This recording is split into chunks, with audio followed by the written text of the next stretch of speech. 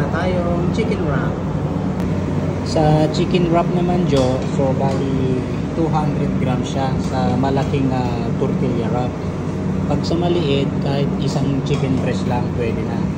Pag 200 grams, yan, bali dalawang chicken breast yan. Yan. Tapos sa paghiwa naman, kailangan pa-islant yung manipis. Ganito siya.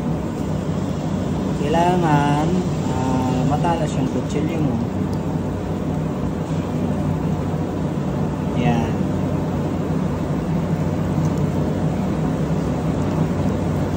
Tapos yung ingredients, ito, salt and pepper, pinch lang.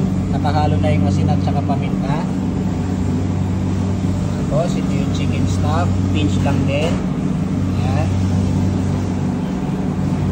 Then chili powder, ito, pinch lang din.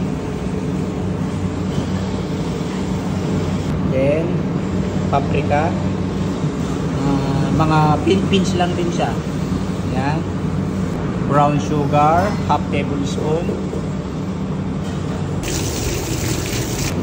Tapos mix mo lang siya hanggang malusaw yung asukal, mag-mix sa karne. Katulad nito. Ayan. Painitin natin yung fry pan at yung grill pan. Tapos butter, half tablespoon lang.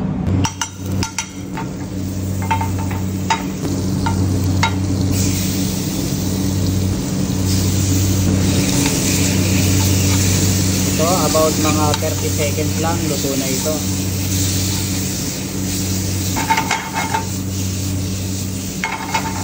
Baliktarin na natin to.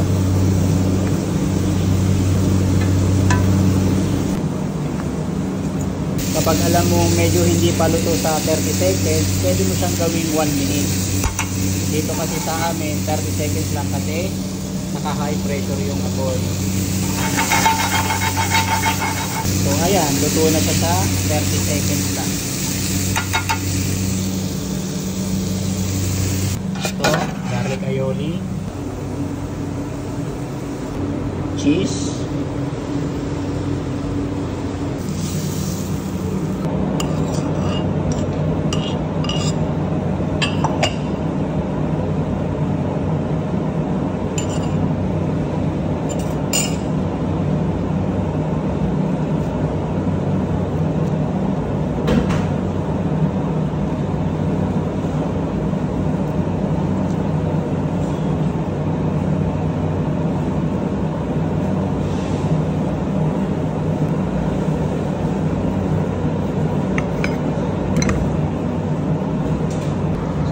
meron na tayong chicken wrap.